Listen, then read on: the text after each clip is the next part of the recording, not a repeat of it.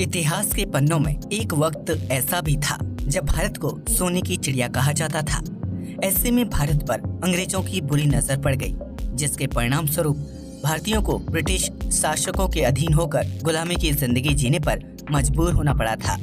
लेकिन क्या आपने कभी सोचा है कि अंग्रेज भारत कैसे आए थे और उन्होंने किस तरह पूरे देश पर सालों तक हुकूमत की?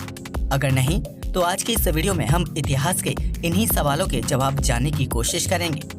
भारत कैसे आए थे अंग्रेज? भारत को भले ही सोने की चिड़िया कहा जाता था, लेकिन हमारे देश में सिर्फ सोना, चांदी और हीरे ही नहीं थे, बल्कि भारत एक कृषि प्रधान देश था और यहाँ कई प्रकार के खुशबूदार मसालों का उत्पादन किया जाता था। ऐसे में इन्हीं मसालों की महक अंग्रेजों को भारत तक खींच लाई थी। भारत में अंग्रेजों ने ईस्ट इंडिया कंपनी के जरिए अपने पैर पसारे थे, जिसकी नींव 31 दिसंबर 1600 में जॉन वॉट्स और थॉमस स्माइथ द्वारा रखी गई थी। इस कंपनी को ब्रिटेन से बाहर व्यापार करने के लिए बनाया गया था, क्योंकि उस दौर में ब्रिटेन में गृह युद्ध चल रहा था और वहाँ की अर्थव्यवस्था खेती पर निर्भर करती थी। ऐसे में गृह युद्ध की वजह से जरूरी खाद्य पदार्थों का उत्पादन नहीं हो पा रहा था, जिसकी वजह से ब्रिटेन की तत्कालीन महारानी एलिजाबेथ प्रथम ने ईस्ट इंडिया कंपनी को पूर्वी एशिया में व्यापार करने के लिए भेज दिया था। ब्रिटेन तक भारत की समृद्धि पहुंचाने वाला व्यक्ति एक घुमंतु व्यापारी रॉल्फ फिच था, जिसे हिंद महासागर, मेसोपोटामिया और फारस की खाड़ी में व्यापारिक यात्रा करने के दौरान भारत के बारे में पता चला था। ऐसे में रॉल्फ फिच जब अपनी यात्रा पूरी करके वापस ब्रिटेन लौटा तो उसने ब्रिटेन की महारानी को भारत की समृद्धि के बारे में बताया था। इसके बाद ईस्ट इंडिया कंपनी के जरिए ब्रिटेन के व्यापारी घुमंतु सर जेम्स लैंकेस्टर समेत 200 से ज्यादा प्रभावशाली व्यापारी भारत की तरफ आए और उन्होंने 24 अगस्त 1608 में सूरत बंदरगाह पर अपना पहला कदम रखा था। हालांकि उस वक्त अंग्रेजों के लिए भारत में व्यापार करना बिल्कुल भी आसान नहीं था, लेकिन ब्रिटिश व्यापारियों ने हार नहीं मानी और वह लगभग 7 सालों तक भारत के शाही परिवारों को व्यापार के लिए मनाते रहे, जिसके बाद सर थॉमस रो की अगुवाई में ईस्ट इंडिया कंपनी को सूरत में पहला कारखाना स्थापित करने की अनुमति मिल गई थी। इस तरह अंग्रेजों ने ईस्ट इंडिया कंपनी के जरिए भारत में अपना पैर पसारना शुरू कर दिया था, जिसके बाद कंपनी ने अपना दूसरा कारखाना मद्रास में स्थापित किया। ईस्ट इंडिया कंपनी के भारत में व्यापारिक शुरुआत करने तक दिल्ली की गद्दी पर बैठे बादशाह अकबर की मौत हो चुकी थी, जिसके बाद उनकी शाही गद्दी को जहांगीर ने संभाला और अंग्रेज किसी भी तरह जहांगीर से व्यापारिक अनुमति लेना चाहते थे। उस वक्त भारत में मुगल सेना इतनी ज्यादा थी कि अंग्रेज उनसे मुकाबला नहीं करना चाहते थे, जबकि भारत में पहले से ही डच और पुर्तगाली कंपनियां व्यापार कर रही थीं। ऐसे में ईस्ट इंडिया कंपनी की तरफ से कैप्टन विलियम हॉकिंस ने जहांगीर से मुलाकात की और उन्हें व्यापार के लिए मनाने की कोशिश की, लेकिन जहांगीर ने उनका प्रस्ताव नहीं माना। इसके बाद लगभग 3 साल तक जहांगीर से बातचीत करने के बाद ब्रिटिश राजदूत सर थॉमस रो ने जहांगीर को व्यापार के लिए मना लिया, जिसके बाद ईस्ट इंडिया कंपनी ने कलकत्ता, बॉम्बे समेत विभिन्न जगहों पर अपने कारखाने स्थापित कर दिए। उस वक्त तक ब्रिटिश व्यापारी भारत से रेशम, नील, कपास, चाय, अफीम और मसालों का व्यापार करना चाहते थे, लेकिन भारत में धीरे धीरे यूरोपीय कंपनियों का दबदबा बढ़ता जा रहा था। ब्रिटेन समेत फ्रांस और पुर्तगाल की विभिन्न कंपनियां भारत में कारखाने खोलकर अपना व्यापार कर रही थीं, जिसकी वजह से उन विदेशी कंपनियों में आपसी होड़ होने लगी। ऐसे में अंग्रेजों को समझ आ गया था कि अगर उन्होंने भारत में अपना दबदबा कायम नहीं किया तो किसी दूसरे देश की कंपनी भारत के मसाले और अन्य उत्पादों पर अपना अधिकार जमा लेगी। ऐसे में ब्रिटिश ईस्ट इंडिया कंपनी ने भारत में शाही परिवारों से अपने रिश्ते बेहतर बनाने पर ध्यान दिया, ताकि शाही परिवार उनके व्यापार में कोई बाधा उत्पन्न ना करें।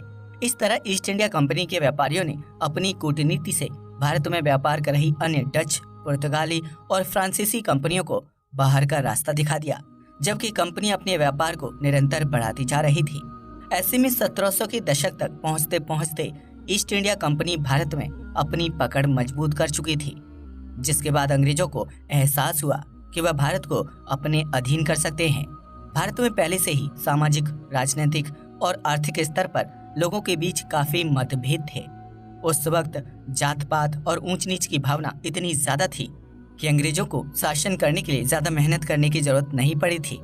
अंग्रेजों ने भारतीयों के आपसी मतभेद का फायदा उठाते हुए फूट डालो और राज करो नीति का पालन किया, जिसके तहत उन्होंने कुछ भारतीयों और शाही सेना के लोगों को अपना खास और वफादार बना लिया था। इसके बाद सन 1750 के बाद अंग्रेजों ने ईस्ट इंडिया कंपनी के माध्यम से भारतीय राजनीति में हस्तक्षेप करना शुरू कर दिया था, जिसकी वजह से भारत के शाही परिवारों के हाथ से धीरे धीरे सत्ता जाने लगी थी। इसके बाद साल 1757 में ईस्ट इंडिया कंपनी ने रॉबर्ट क्लाइव के नेतृत्व में प्लासी की लड़ाई में बंगाल के नवाब सिराजुद्दौला को हरा दिया था, जिसके बाद भारत में ईस्ट इंडिया कंपनी एक शासक के रूप में उभरने लगी थी। सूरत, मद्रास, कलकत्ता और बॉम्बे जैसे शहरों में ईस्ट इंडिया कंपनी का दबदबा हो चुका था, जो देखते ही देखते पूरे देश में फैल गया। इन जगहों पर ईस्ट इंडिया कंपनी ने अपने कल्चर को भी बढ़ावा दिया, जिसकी वजह से बाजार बदलने लगे और अंग्रेजों का भारतीयों के प्रति रवैया भी बदलने लगा। जिन अंग्रेजों ने व्यापार करने के लिए भारत के शाही परिवारों से अनुमति मांगी थी, वही अंग्रेज अपनी मर्जी से भारत में कहीं पर नया कारखाना खोलकर अपना व्यापार शुरू कर रहे थे। अंग्रेज भारत पर इस तरह हावी हो गए थे कि वह बंगाल में भारतीयों से मजदूरों की तरह दिन रात काम करवाकर सस्ते दामों में सामान तैयार करवाते थे, जबकि उसी सामान को दूसरे देशों में ऊंचे दामों में बेचकर मुनाफा कमाते थे। भारतीय अपनी जमीन पर ही गुलामी भरी जिंदगी जीने के लिए मजबूर हो गए थे, जिन्हें 2 वक्त की रोटी भी नसीब नहीं हो पाती थी। वहीं दूसरी तरफ अंग्रेज भारत की जमीन पर उसी के लोगों को गुलाम बनाकर लगातार अमीर बनते जा रहे थे। उन्होंने न सिर्फ भारत का शाही खजाना लूटा था, बल्कि धरती पर उगने वाली हर छोटी से छोटी चीज को महंगे दामों में बेचकर मुनाफा कमाने लगे थे। प्लासी का युद्ध जीतने के बाद अंग्रेजों के तेवर बदल गए थे और उन्होंने देश में नई राजस्व प्रणाली की मदद से भारत के व्यापार पर एकाधिकार स्थापित कर लिया था, जिसके चलते भारत के लोग जो राजस्व देते थे उसके 1/3 हिस्से के बदले उन्हें अपना उत्पाद कंपनी को बेचना पड़ता था।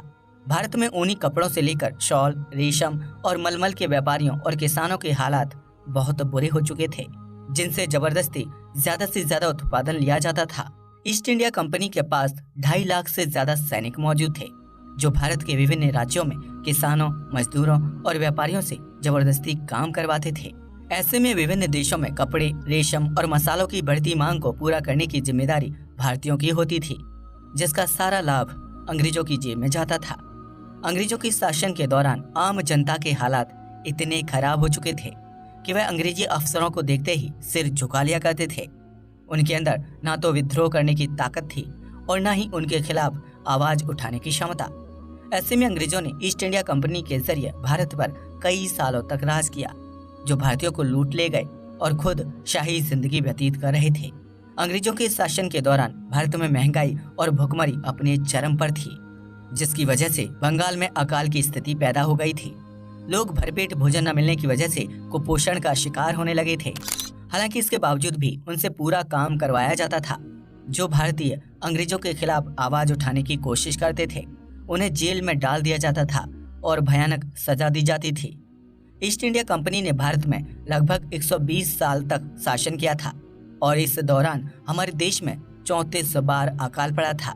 भारतीयों को उनके हिस्से का भोजन न देकर अंग्रेज उसे दूसरे देशों में बेच देते थे और कई पाउंड्स का मुनाफा कमाते थे।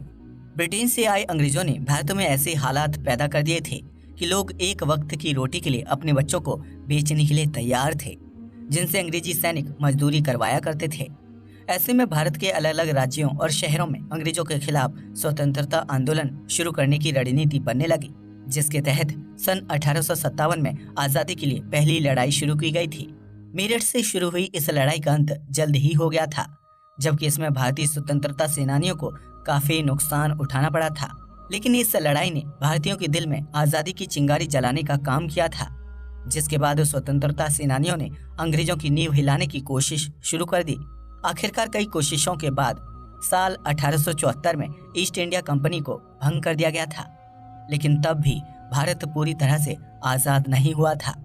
ईस्ट इंडिया कंपनी की सेना को ब्रिटिश सेना में विलय कर दिया गया था, जबकि कंपनी की नौसेना को खत्म कर दिया गया था। ईस्ट इंडिया कंपनी के बाद भारत ब्रिटेन की महारानी के अधीन हो गया था। हालांकि उनके शासन में भारतीयों के हाल उतने बुरे नहीं थे, लेकिन भारतीय अब पूरी तरह से गुलामी की जंजीरों से आजादी चाहते थे, जिसके तहत राजनीतिक पार्टियों, स्वतंत्रता सेनानियों ने अपनी कोशिशें जारी रखी और इसके परिणाम स्वरूप साल 1947 में भारत को अंग्रेजों और ब्रिटिश राज से पूरी तरह से आजादी मिल गई थी। हालांकि भारत को अंग्रेजों के जाने की बहुत बड़ी कीमत चुकानी पड़ी थी। जो देश कभी सोने की चिड़िया हुआ करता था, वहाँ के लोगों के पास पहनने के लिए कपड़े और खाने के लिए भोजन तक नहीं था। अंग्रेज अपने साथ न जाने कितना सोना, चांदी, फसलें और कपड़े आदि लेकर गए थे, जिसकी वजह से भारत को अपने सामान्य हालातों में वापस लौटने में लंबा वक्त लग गया था। अब तो आप समझ ही गए होंगे कि अंग्रेज कैसे एक कंपनी के जरिए भारत आए थे और उन्होंने देखते ही देखते एक पूरे देश को अपना गुलाम बना लिया। अंग्रेजों ने फूट डालो और राज करो नीति को अपनाया था, जो भारतीयों की सबसे बड़ी कमजोरी थी। ऐसे में अगर आप फिर कभी गुलामी का दौर नहीं देखना चाहते हैं तो हमेशा एकजुट होकर रहें, ताकि कोई विदेशी हमें आपस में बांटकर फिर से राज करने की कोशिश ना करे। आज के लिए बस इतना ही। वीडियो पसंद आया हो तो इसे लाइक और शेयर करें, साथ ही चैनल को भी सब्सक्राइब करें। जय हिंद दोस्तों।